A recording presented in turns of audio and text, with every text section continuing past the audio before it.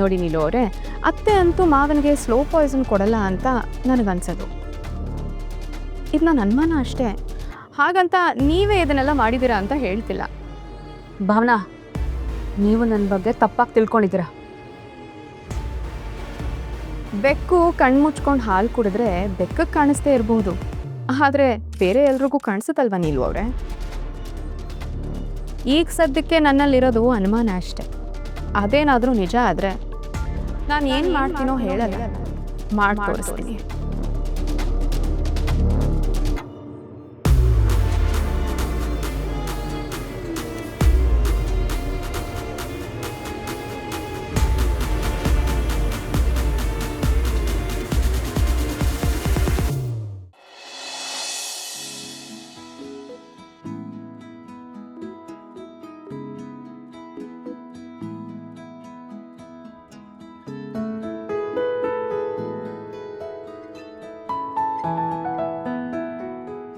ಏನು ಮೇಡಮ್, ನನ್ನ ಪ್ರಶ್ನೆ ಕೇಳ್ತಿದ್ದಾಗಲೇ ಪಟಪಟ ಅಂತ ಆನ್ಸರ್ ಮಾಡ್ತಿದ್ದೀರ? ಇನ್ನೇನು ಮಾಡೋದು ಸರ್, ನನಗೂ ಇಂಟರ್ವ್ಯೂಗಳನ್ನ ಕೊಟ್ಟು ಬೋರ್ ಆಗಿದೆ. ಎಲ್ಲರೂ ಅದೇ ಪ್ರಶ್ನೆಗಳನ್ನ ಕೇಳ್ತಾರೆ, ಎಷ್ಟು ಅಂತ ಅದೇ ಉತ್ತರಗಳನ್ನ ಕೊಡಲಿ ಹೇಳಿ? ಕೆಲಸ ಬೇಕು ಅಂದರೆ ಮಾಡಲೇಬೇಕಲ್ವ ಮೇಡಮ್? ಖಂಡಿತ ಸರ್, ಮಾಡೋದಕ್ಕೇನು ತೊಂದರೆ ಇಲ್ಲ. ಆದರೆ ಇಂಟರ್ವ್ಯೂ ಮುಗಿದ ಮೇಲೆ ನಿಮ್ಮ ಕ್ವಾಲಿಫಿಕೇಷನ್ಸ್ ಜಾಸ್ತಿ ಇದೆ, ಬಟ್ ನಿಮಗೆ ವರ್ಕ್ ಎಕ್ಸ್ಪೀರಿಯನ್ಸೇ ಇಲ್ಲ, ಹಾಗೆ ಹೀಗೆ ಅಂತ ಏನೇನೋ ಹೇಳಿ ಆಚೆ ಕಳಿಸ್ತಾರೆ. ಕೆಲಸ ಕೊಟ್ರಲ್ವ ಸರ್ ಎಕ್ಸ್ಪೀರಿಯನ್ಸ್ ಬರೋದು? ಸರಿ ಮೇಡಮ್, ನನ್ನ ಕಡೆಯಿಂದ ಯಾವುದೂ ಪ್ರಶ್ನೆಗಳಿಲ್ಲ. ನೆಕ್ಸ್ಟು HR ಡಿಪಾರ್ಟ್ಮೆಂಟ್ ಅವರು ಇಂಟರ್ವ್ಯೂ ತೊಗೊತಾರೆ, ಅಲ್ಲಿವರೆಗೂ ಆಚೆ ಇರಿ, ನಾನೇ ಕರೀತೀನಿ. Okay sir, thank you.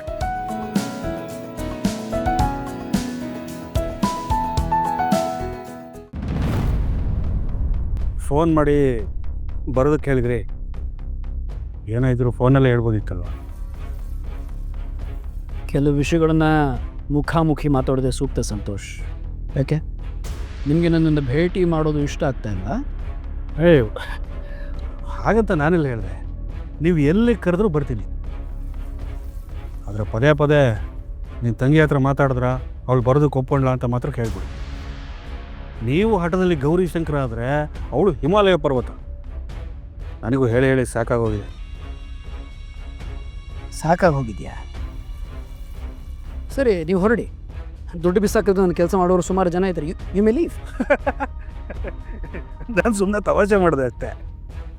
ನಿಮ್ಮ ಮುಖದಲ್ಲಿ ನಗು ನೋಡಿದೆ ತುಂಬ ದಿನ ಆಗಿತ್ತಲ್ಲ, ನಿಮ್ಮ ಮುಖದಲ್ಲಿ ನಗು ಇದ್ರೆ ಎಷ್ಟು ಚೆನ್ನಾಗಿರುತ್ತೆ ಅಂತ ಒಂದು ಜೋಕ್ ಮಾಡಿದೆ ಅಷ್ಟೇ. ಹೇಳಿ, ನಾನು ಏನು ಮಾಡ್ಬೇಕು ಹೇಳಿ? ನನ್ನ ಜಾನ್ವರಿ ಇವಾಗ ಎಲ್ಲಿಗೆ ಹೋಗಿದ್ದಾರೆ? ಯಾವುದೋ ಒಂದು ಇಂಟರ್ವ್ಯೂಗೆ ಹೋಗಿದ್ದಾರೆ, 3ನೇದೋ 4ನೇದೋ. ಅವಳ ಕಾನ್ಫಿಡೆನ್ಸ್ ನೋಡಿದ್ರೆ ಈ ಸಲ ಕೆಲಸ ಗಿಡ್ಸ್ಕೊಂಬರ್ದೆ ಅಂತೂ ಗ್ಯಾರಂಟಿ. ನೋ, ನೀವೊಂದು ಕೆಲಸ ಮಾಡಿ, ಜಾನ್ವರಿಗೆ ಫೋನ್ ಮಾಡಿ ಅಲ್ಲಿಗೆ ಇಂಟರ್ವ್ಯೂಗೆ ಹೋಗಬೇಡಿ ಅಂತ ಹೇಳಿ. ಅಯ್ಯ, ನಾನು ಹೇಗೆ ಹೇಳಿ? ನಾನು ಹಾಗೆ ಹೇಳಿದ್ರೆ ನನ್ನ ಅಭಿಪ್ರಾಯ ಏನಾಗ್ಬೋದು? ಈಗಾಗಲೇ ನಾನು ನಿಮ್ಮ ಪರವಾಗಿ ಮಾತಾಡೋದಕ್ಕೆ ಮನೆಯವರೆಲ್ಲರೂ ನನ್ನ ಮೇಲೆ ಉರಿದು ಬೀಳ್ತಿದ್ದಾರೆ. ಹೋಗಿರೋಣ ವಾಪಸ್ ಬಾ ಅಂದರೆ ಬೇರೆ ಕಥೆನೇ ಆಗುತ್ತೆ. ನೋ, ಜಯಂತನಿಗೆ ಅವ್ರ ಕೆಲಸ ಮಾಡೋದಲ್ಲಿ ಇಷ್ಟ ಇಲ್ಲ. ನಿಮಗೆ ಇಷ್ಟ ಇಲ್ಲ ಅಂತ ಅವಳು ಕೆಲಸ ತಗೊಳ್ದೇ ಇರ್ತಾಳಾ? ಅವಳು ತುಂಬ ಟ್ಯಾಲೆಂಟೆಡ್ಡು, ಒಳ್ಳೆ ಕ್ವಾಲಿಫಿಕೇಷನ್ ಇದೆ, ಇನ್ನೇನು ಬೇಕು ಹೇಳಿ ಕೆಲಸ ಸಿಗೋದಕ್ಕೆ? ಅವಳು ಈ ಸಲ ಹೋಗಿದ್ದು ನೋಡಿದ್ರೆ ಕೆಲಸ ಸಿಗೋದಂತೂ ಗ್ಯಾರಂಟಿ. ಕೆಲಸ ಗಿಟ್ಟಿಸ್ಕೊಂಡು ಬಂದೇ ಬರ್ತಾಳೆ. ಇಟ್ಟಿಸ್ಕೊಂಡು ಬರ್ತಾರ?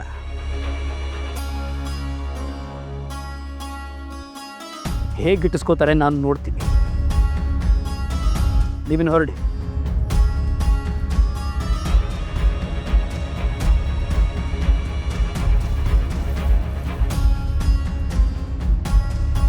ಹೊರಡಿ. ಅದು ನಮ್ಮ ಮನೆಯಲ್ಲಿ ರೇಷನೆಲ್ಲ ಖರ್ಚಾಗಿದೆ ಅಂತಿದ್ರು, ಸಂಬಳ ಬೇರೆ ಖರ್ಚಾಗೋಗಿದೆ, ಅದಕ್ಕೆ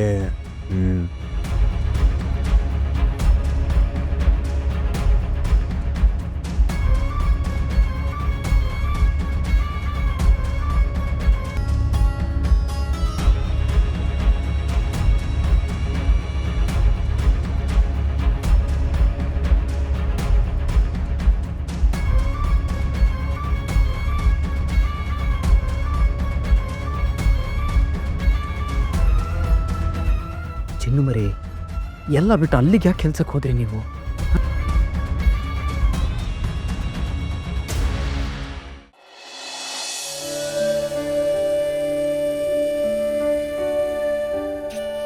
ಸರ್ ನಮಸ್ಕಾರ. ಸಂಸಾರ ಓನರ್ನ ನೋಡಬೇಕಾಗಿತ್ತು. ನಾನೇ ಓನರ್ ಹೇಳಿ. ಸರ್ ನಾನು ತುಂಬ ಚೆನ್ನಾಗಿ ಅಡುಗೆ ಮಾಡ್ತೀನಿ. ಇಲ್ಲೇನಾದರೂ ಅಡುಗೆ ಕೆಲಸಕ್ಕೆ ನಿಮಗೆ ಬೇಕು ಅಂದರೆ ಹೇಳ್ತೀರಾ ಸರ್? ಇಲ್ಲಮ್ಮ, ಸದ್ಯಕ್ಕೆ ಯಾವ ಕೆಲಸನೂ ಖಾಲಿ ಇಲ್ಲ. ನಿಮ್ಮ ನಂಬರ್ ಕೊಟ್ಟೋಗಿ, ನಾನು ನಿಮ್ಗೆ ಫೋನ್ ಮಾಡ್ತೀನಿ ಏನಾಯ್ತು. ಸರಿ ಸರ್, ತಗೊಳ್ಳಿ.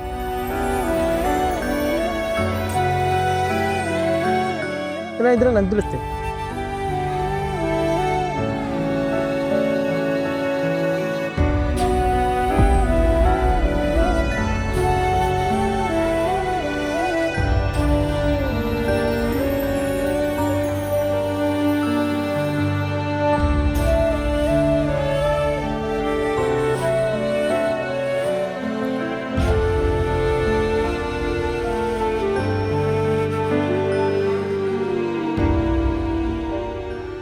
ಅಕ್ಕ ಒಂದು ನಿಮಿಷ.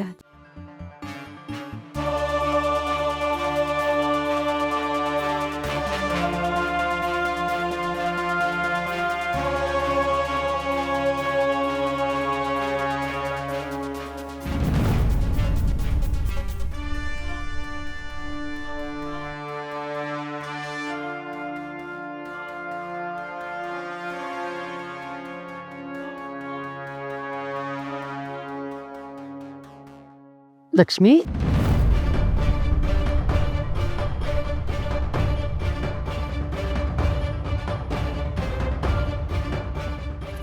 ವೈದೇಹಿ, ನೀನೇನಿಲ್ಲಿ? ನಾನು ಮನೇಲಿ ಕೂತು ತುಂಬ ಬೇಜಾರಾಗಿತ್ತಲ್ಲ, ಅದಕ್ಕೆ ಅಂಗಡಿ ಹತ್ರ ಹೋಗಿದ್ದೆ. ಅಂಗಡಿ ಮುಗಿಸ್ಕೊಂಡು ಮನೆಗೆ ಹೋಗ್ತಾ ಇದ್ನಲ್ಲ, ನಿನ್ನನ್ನು ನೋಡಿದೆ, ಬಂದೆ. ಲಕ್ಷ್ಮಿ, ನೀನೇನಿಲ್ಲಿ? ಅದು ಪರಿಚಯದವ್ರು ಸಿಕ್ಕಿದ್ರು ಮಾತಾಡ್ತಾ ಇದ್ದೆ. ನಿನ್ನ ಪ್ರಶ್ನೆಗೆ ನಾನು ಉತ್ತರ ಕೊಟ್ಟಿದ್ದೀನಿ ಅಂದಮೇಲೆ ನನ್ನ ಪ್ರಶ್ನೆಗೂ ನೀನು ಉತ್ತರ ಕೊಡಬೇಕಲ್ವಾ? ಅಥವಾ ಉತ್ತರ ಕೊಡೋಕ್ಕೆ ಗೊತ್ತಾಗ್ತಾ ಇಲ್ವಾ? ಏನು ಹೇಳ್ತಿದ್ದೆ ವೈದೇಹಿ? ಉತ್ತರ ಕೊಡೋಕ್ಕೇನಿದೆ? ನಾನು ಹೀಗೆ ಸುಮ್ಮನೆ ಹೋಗ್ತಿದ್ದೆ. ಪರಿಚಯದಸ್ಥರು ಸಿಕ್ಕಿದ್ರು ಮಾತಾಡಿದೆ ಅಷ್ಟೆ. ನೀನು ನನ್ನ ಗೆಳತಿ ಕಣೆ. ಕೆಲವು ವರ್ಷಗಳು ನಾನು ನಿನ್ನ ಜೊತೆ ಇಲ್ಲದೆ ಇರಬಹುದು. ಹಾಗಂತ ನೀನೇನು, ನಿನ್ನ ಬುದ್ಧಿ ಏನು ಅನ್ನೋದನ್ನು ಮರ್ತು ಬಿಡ್ತೀನ? ಖಂಡಿತ ಇಲ್ಲ. ಹೇಳು ಲಕ್ಷ್ಮಿ, ಇಲ್ಲೇನು ಮಾಡ್ತಾ ಇದೀಯಾ? ನೀನು ನನ್ನಿಂದ ಮರೆ ಮಾಚಬಹುದು, ಆದರೆ ನೀನಿಲ್ಲೇನು ಮಾಡ್ತಾ ಇದ್ದೆ ಅಂತ ನನಗೆ ಚೆನ್ನಾಗಿ ಗೊತ್ತು. ನೀನಿಲ್ಲಿ ಕೆಲಸ ಹುಡ್ಕೊಂಡು ಬಂದಿದ್ಯಾ ತಾನೇ?